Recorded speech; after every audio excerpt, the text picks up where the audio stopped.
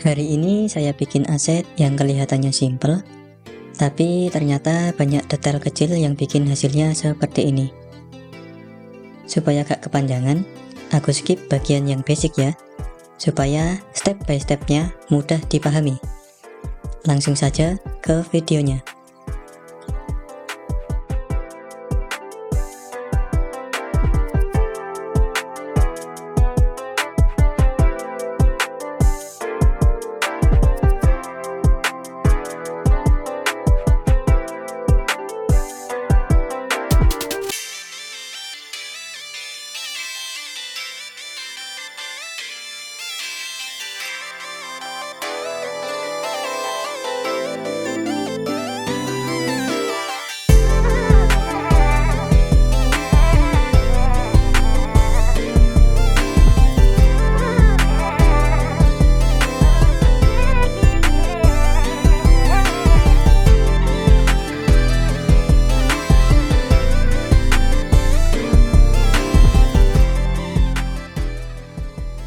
Saya akan pisahkan face bagian atas ini agar lepas dari badan objek utamanya.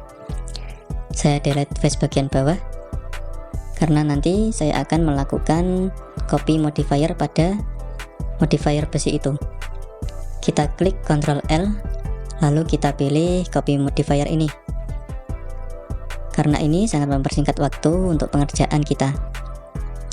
Berikutnya, saya akan menambahkan garis baru atau edge baru pada bagian face atas ini. Ini berfungsi untuk memperlihatkan model ini agar tampak seperti papan kayu. Kemudian saya pisahkan dua face ini agar nantinya kalau saya menambahkan modifier bevel, tampilannya tidak aneh atau tidak rusak.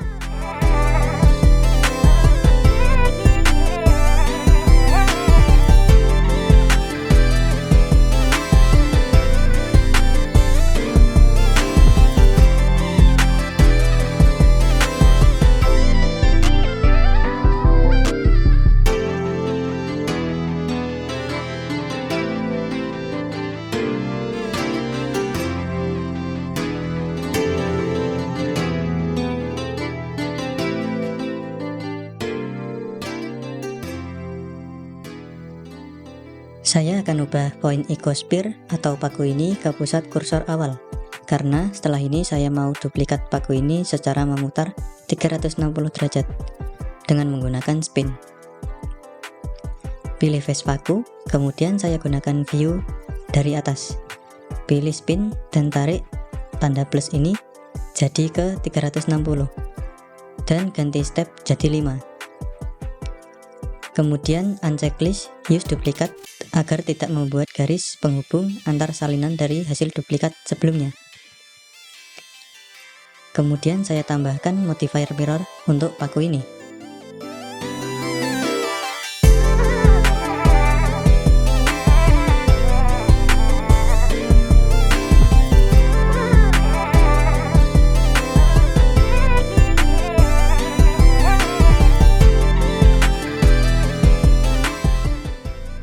Ini adalah langkah yang sedikit detail, sebaiknya teman-teman simak baik-baik ya.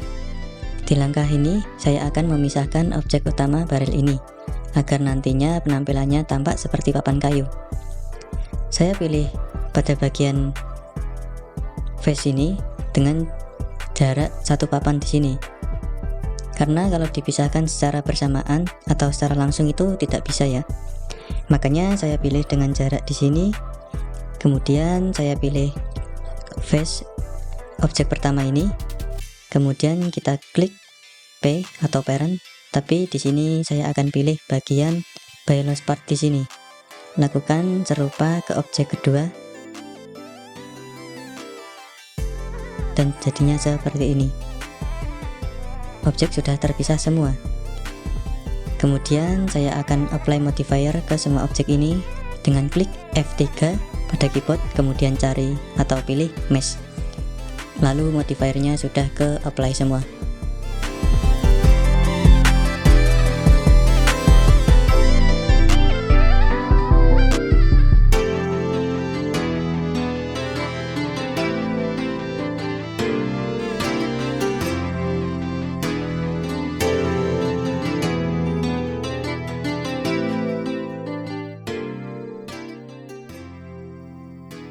Selanjutnya proses UV map.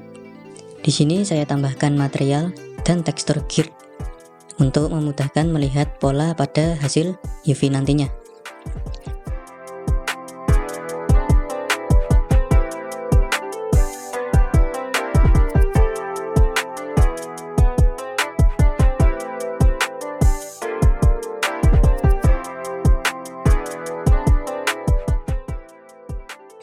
Di sini saya aktifkan Live Unwrap agar nanti tidak perlu unwrap manual setelah maksim ya.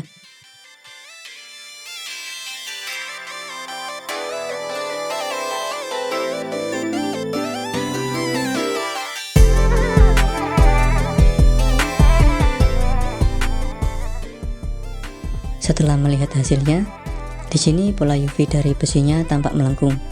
Saya akan coba meluruskannya agar pola UV besi lebih rapi ya. Kita bisa pilih Add G dari face yang ada di tengah pola ini. Kemudian klik kanan, pilih Align Auto. Otomatis dia akan lurus. Kita lakukan hal yang sama ke 4 Add G face ini. Setelah semua Add G lurus, pilih face, kemudian select semua pola atau klik A, lalu klik kanan dan pilih Follow Active Quads. Dan hasilnya seperti ini.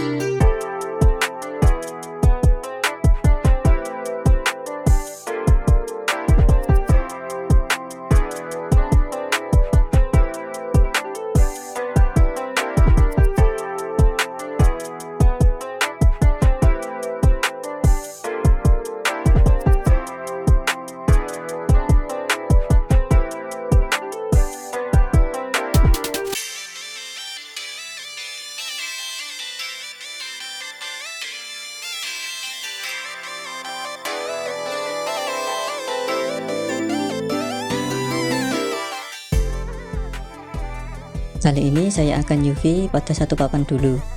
Di sini sedikit berbeda untuk mengenai UV-nya, karena nanti saya akan coba copy UV map-nya ini ke seluruh papan yang melingkar ini.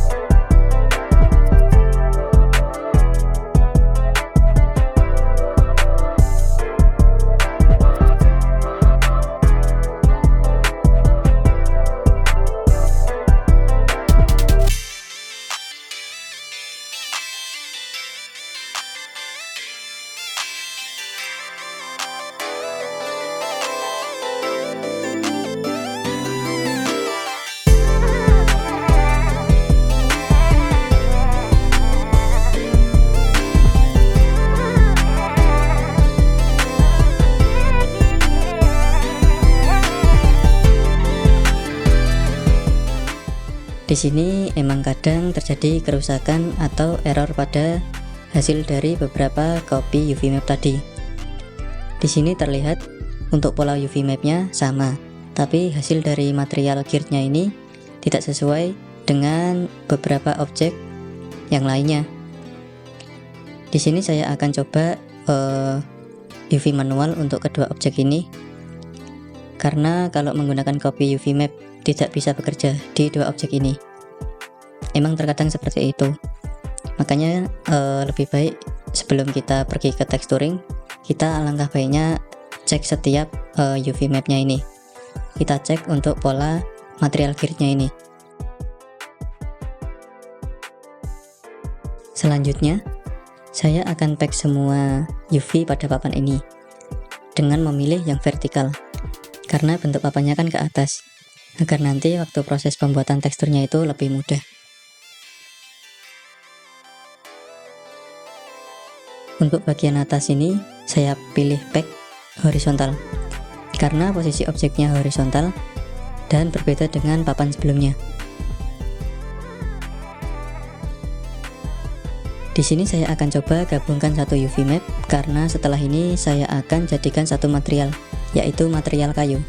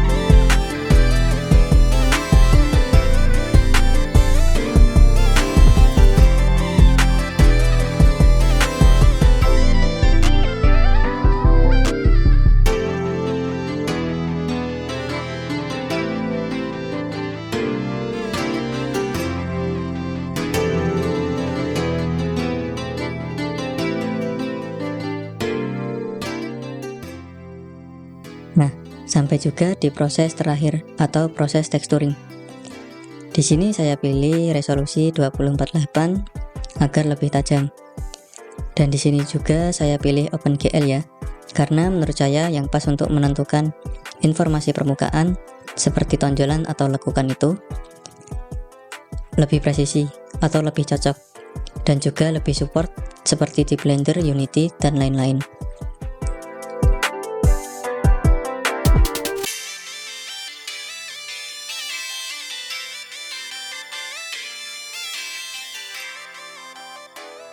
Untuk ID ini saya tidak mencentangnya, karena di model saya ini kan tidak menggunakan color map ya.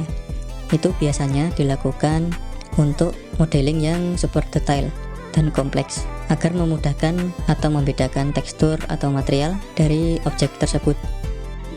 Untuk output size-nya saya pilih 248 karena emang sebelumnya pilihannya 248, dan untuk subsamplingnya saya pilih 4x4 saja. Di sini menurut saya sudah cukup untuk ketajaman materialnya.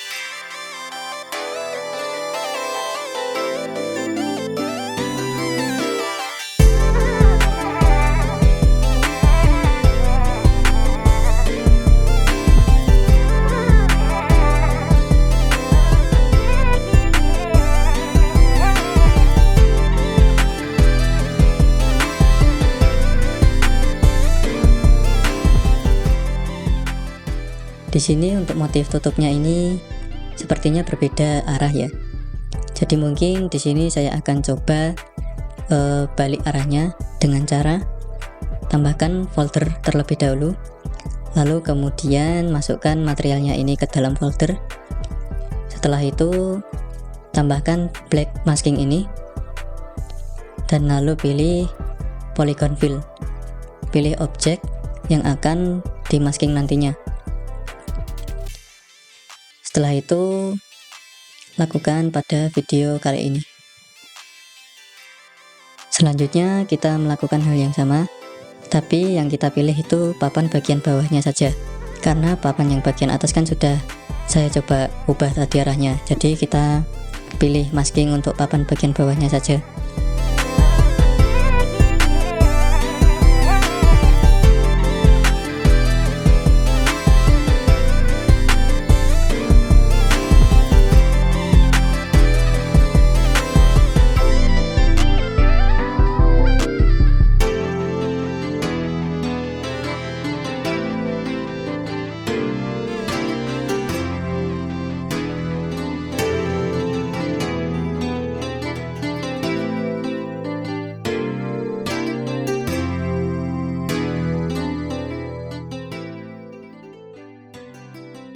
Nah, di sini sedikit ada kendala. Saya mau menambahkan gradasi warna pada bagian bawah, tapi untuk tutupnya ini juga terkena gradasinya. Seharusnya kan tidak terkena karena tutup berada di atas dan gradasinya berawal dari bawah. Untuk itu saya akan mengasih solusinya itu seperti cara yang tadi, dengan cara menambahkan folder lalu memasking bagian yang saya akan beri gradasi.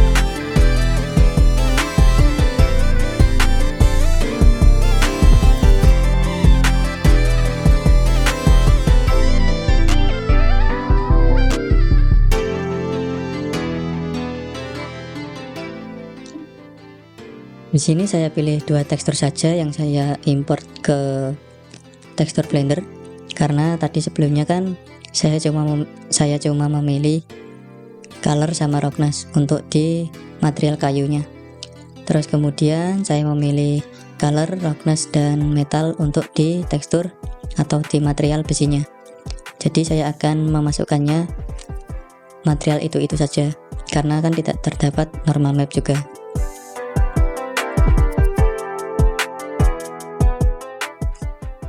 Oke, dan barelnya sudah jadi dari modeling, UV map maupun texturing. Semoga step by step di sini membuat teman-teman itu tidak bingung dan mudah mempraktekannya. Jika teman-teman mau request tutorial, bisa tinggalkan di kolom komentar. Dan jangan lupa untuk support dengan subscribe atau like video ini. Terima kasih dan sampai jumpa.